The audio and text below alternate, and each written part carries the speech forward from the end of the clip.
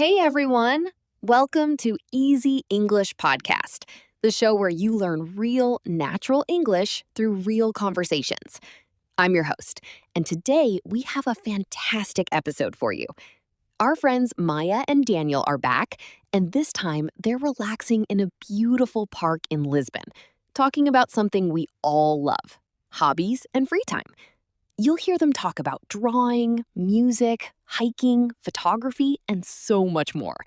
This episode is perfect if you want to learn how to talk about the things you enjoy in English.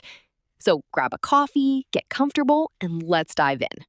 Wait, Daniel, is that a sketchbook? Are you drawing right now? Oh, yeah. Sorry. I didn't even realize I took it out. It's just a habit. Whenever I sit somewhere beautiful, I automatically reach for my sketchbook. That's amazing. I had no idea you could draw. Can I see?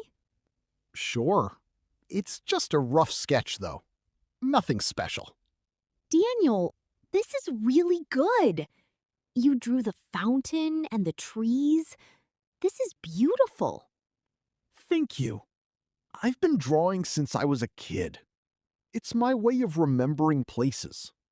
That's such a lovely idea. Instead of just taking photos, you draw them. Exactly. Drawings feel more personal somehow. What about you, Maya? Do you have any hidden hobbies I don't know about?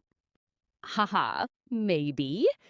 Let me think about where to start. Okay, so I already knew you liked hiking and basketball, but drawing? That's a surprise. Haha, yes. I like to keep some mystery. Drawing is actually my oldest hobby. I started when I was about 7 years old. Wow, 7 years old? So you've been doing it for a long time. Yes, almost 20 years now. I'm not a professional or anything, but I love it. That's what matters most, right? Doing something because you love it, not because you have to. Exactly. What about you? What hobbies do you have that might surprise me? Well, you know about my photography and reading, but I also play the guitar. No way. You play guitar? Yes, I've been playing since I was about 15. That's so cool. What kind of music do you play? Mostly Spanish folk music and flamenco, but I also like playing some pop songs. I would love to hear you play sometime. Maybe before we leave Lisbon? There's a guitar at the hostel, actually. Oh, that would be amazing. I had no idea we had so many things to discover about each other. I know. I think hobbies say a lot about a person. I completely agree.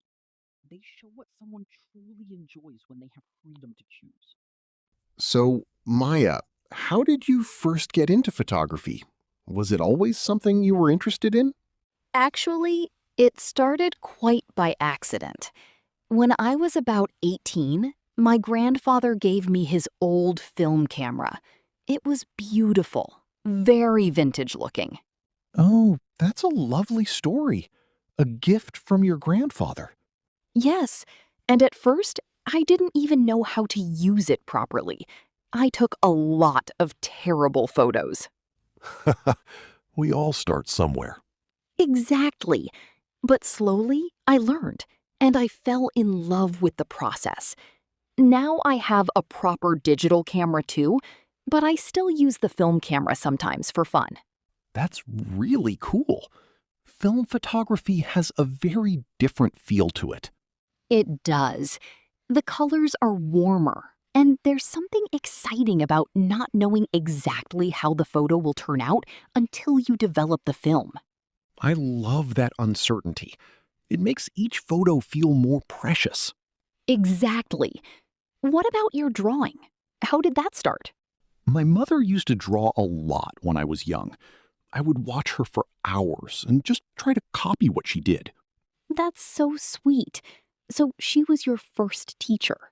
Yes, without even realizing it. She would draw animals and landscapes, and I would sit beside her with my own piece of paper. I think that's one of the most beautiful ways to learn something. Just naturally, from someone you love. I completely agree. Those are some of my happiest memories from childhood. Daniel, do you think hobbies always get better with practice?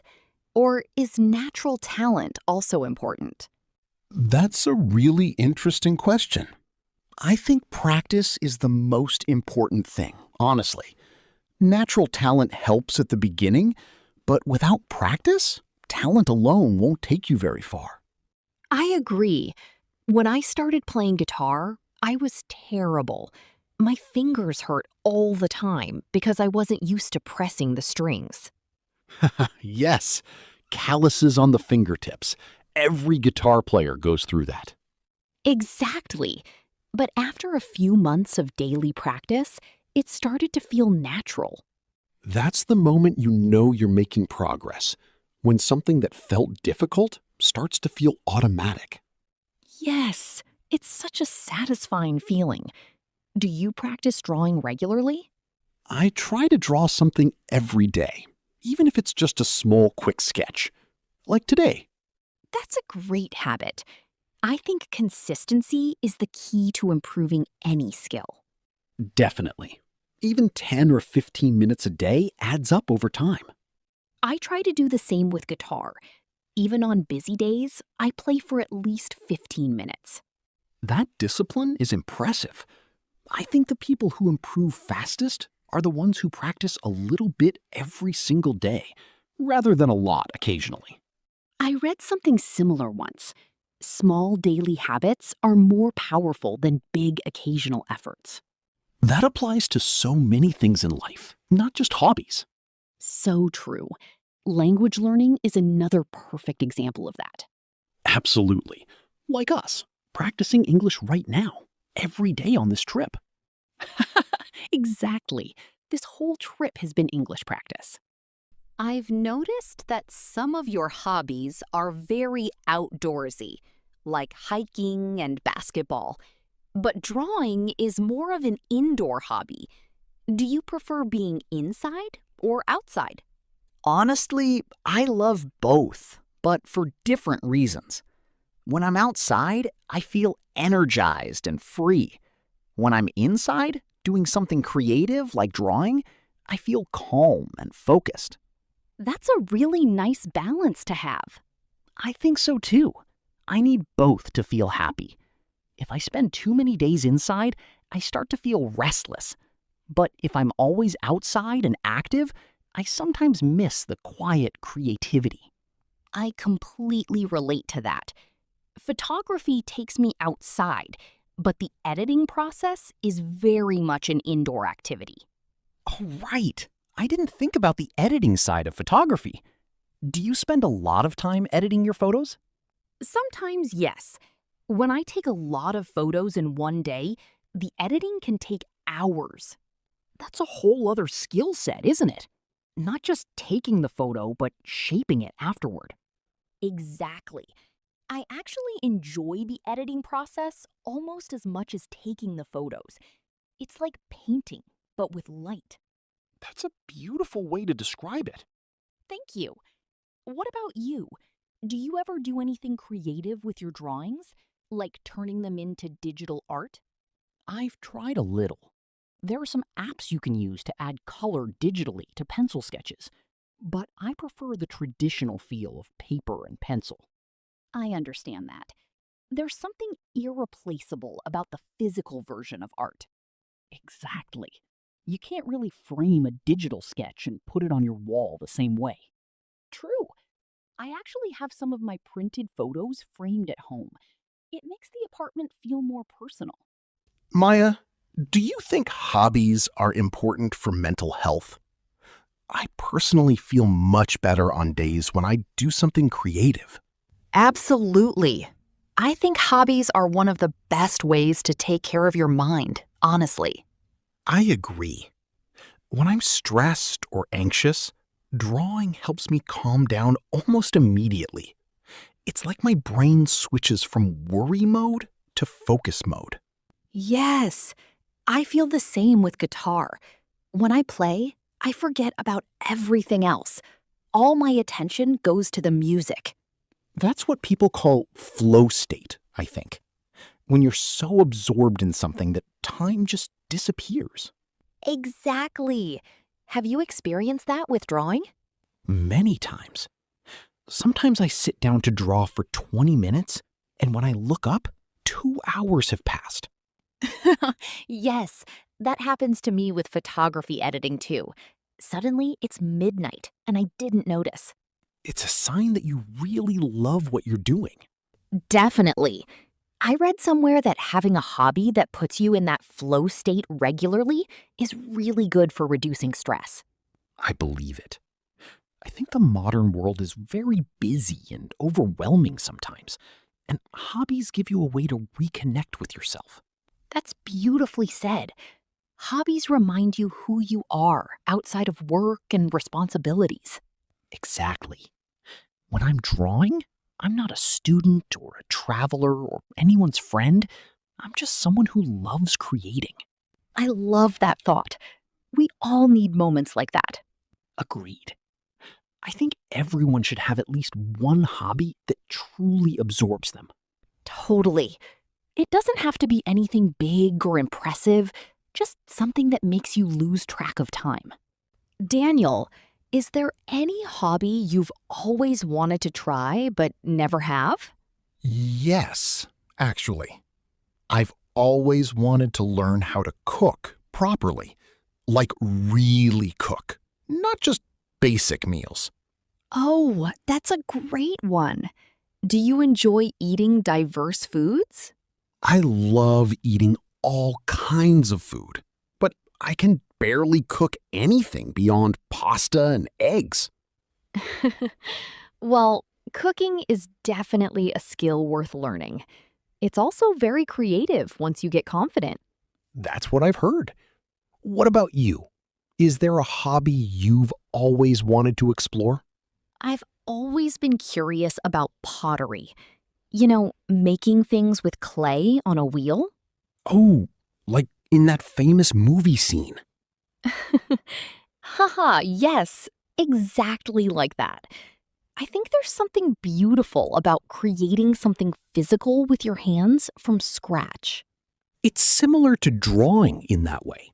You start with nothing and create something. Exactly. I think I would enjoy the meditative quality of it too. It seems very calming. Have you ever tried it? Even once? I tried it briefly at a market fair once. I made something that was supposed to be a bowl, but ended up looking more like a pancake. But at least you tried it. The first attempt is always the worst. That's true. I think I'd love to take a proper class someday. You should. And I should finally take a cooking class. Maybe we should both set that as a goal for when we get home. Deal. I love setting small goals like that. They give you something to look forward to. You know, some hobbies are very personal and solo, like drawing or reading. But others bring people together. Which type do you prefer? I enjoy both, but I think the social hobbies have given me some of my best friendships. Really? Can you give an example? Sure. I joined a basketball team at university, and some of those teammates became my closest friends. We spent so much time together practicing and playing that we naturally became very close.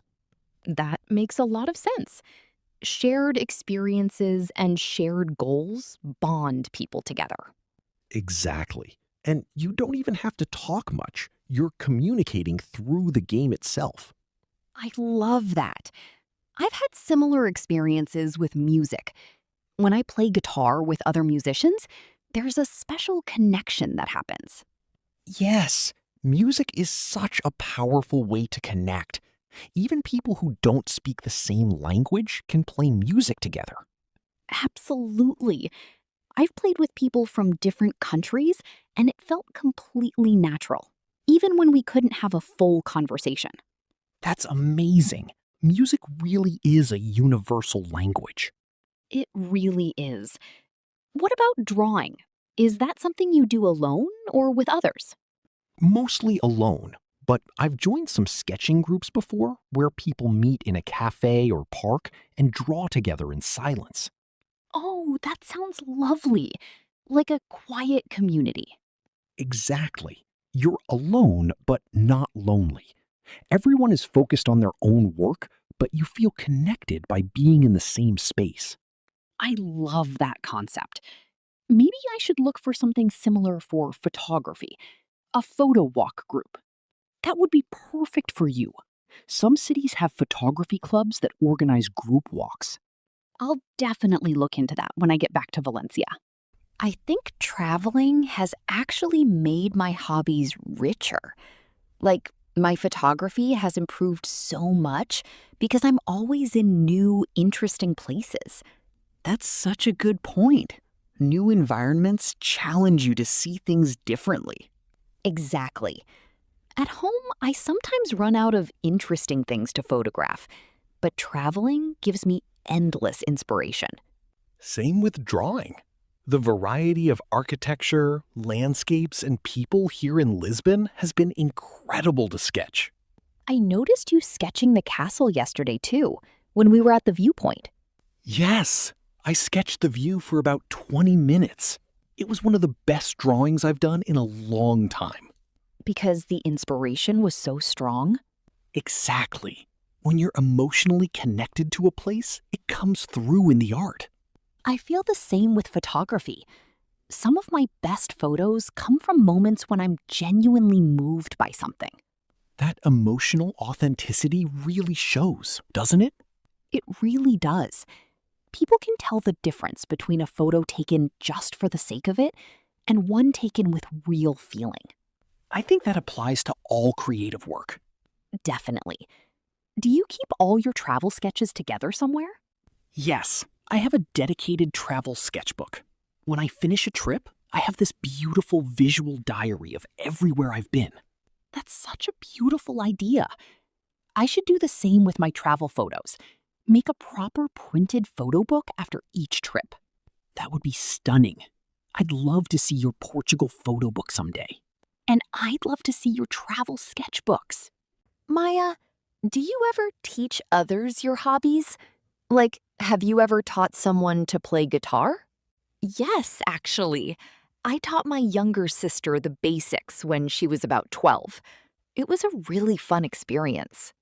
How did that go? It was challenging at times because teaching requires patience, but seeing her improve was incredibly rewarding. I can imagine. There must be a special feeling when someone learns something because of you. There really is. It's almost better than improving yourself, in a way. That's a beautiful thought. Have you ever considered teaching music more formally? Sometimes I think about it, but I don't think I'm patient enough to be a full-time teacher. Haha. Well, you seemed patient enough with me when I didn't understand directions yesterday. That's different. That's just being a good travel companion. Fair point. What about you? Have you ever taught anyone to draw?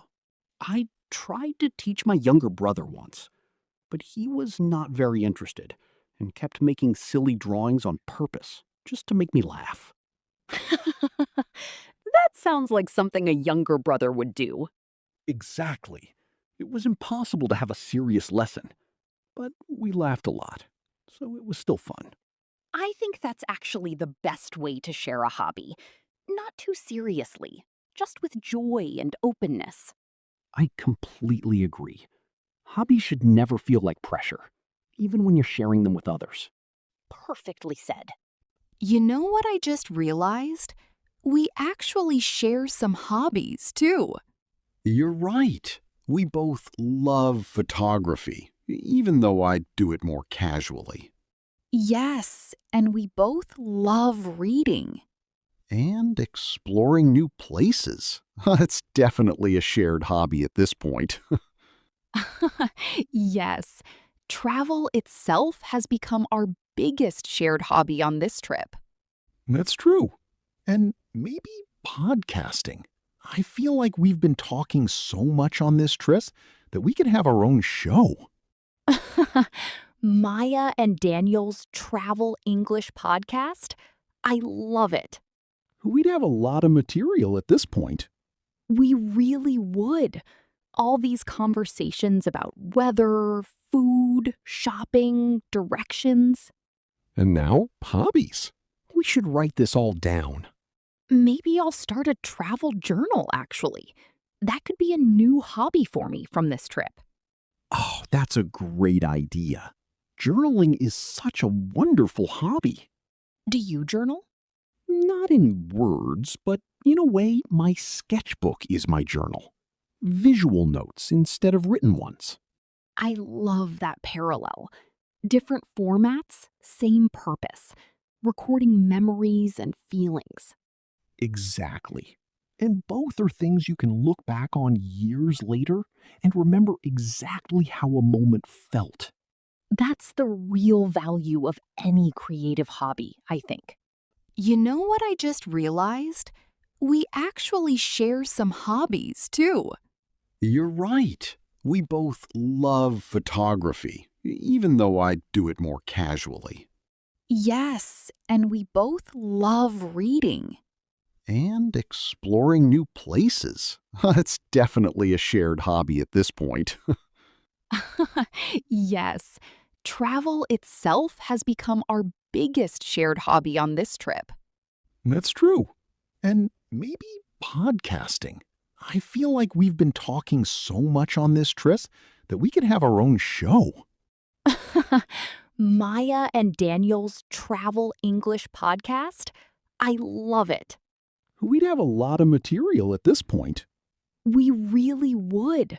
All these conversations about weather, food, shopping, directions. And now, hobbies. We should write this all down. Maybe I'll start a travel journal, actually. That could be a new hobby for me from this trip. Oh, that's a great idea. Journaling is such a wonderful hobby. Do you journal? Not in words, but in a way, my sketchbook is my journal. Visual notes instead of written ones. I love that parallel. Different formats, same purpose. Recording memories and feelings. Exactly. And both are things you can look back on years later and remember exactly how a moment felt. That's the real value of any creative hobby, I think. Daniel, look at the sky. It's starting to turn orange. The sunset is going to be beautiful tonight. Oh, wow. You're right. I should sketch this. Go ahead. I'll take some photos while you draw. You know, this is one of my favorite moments of this whole trip. Just sitting here, doing what we love with no plans and no rush. Mine too, honestly. It feels very peaceful. Sometimes the unplanned moments are the most memorable. Always. Okay, I think I've got some amazing sunset shots. Let me see your sketch. Daniel, this is stunning. You captured it perfectly. The trees, the light, everything. Thank you. I'm really happy with this one. It'll be one of my favorites from this trip. It should be framed, honestly. Maybe someday. Okay, I think we should head back soon. It's getting late. Yes, and don't forget, you promised to listen to me play guitar tonight. I didn't forget. I've been looking forward to it all day. I'm a bit nervous, actually. I haven't played in front of anyone for a while. Don't be nervous. I'm not a music critic. I'm just a friend who wants to hear you play. Thank you. That actually helps. Okay, let's go. Maya, hobby-related idioms. Ready? Always ready. You go first. Okay, here's one. To have a knack for something. Oh, I think I know that one. It means to have a natural ability for something, right? Exactly. Like Maya has a real knack for photography. Thank you. I'll take that. Here's mine. To pick something up. As in, to learn a new skill relatively easily? Yes. Like, Daniel picked up drawing very naturally as a child. Great example. Here's another. To be a jack of all trades. What does that mean? It means someone who is good at many different things, but maybe not an expert in any one of them. Oh, like Maya is a jack of all trades. She plays guitar, takes photos, and speaks multiple languages. Perfect. Though I think you're more than just good at those things. Thank you. Okay, here's one more. To have something down to a fine art. Oh, I love that one.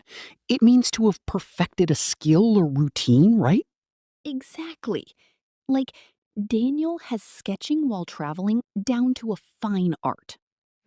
I wish, but I love that idiom. Okay, last one from me. To go through the motions. To do something without real effort or enthusiasm? Exactly. Like, if you practice your hobby without enjoying it, you're just going through the motions. That's such an important reminder. Hobbies should always be done with genuine joy. Agreed. Okay, we're back at the hostel. Guitar time? Guitar time. Let's go find Sophia too. She should hear this. Great idea. The more the merrier, right? Exactly. Come on.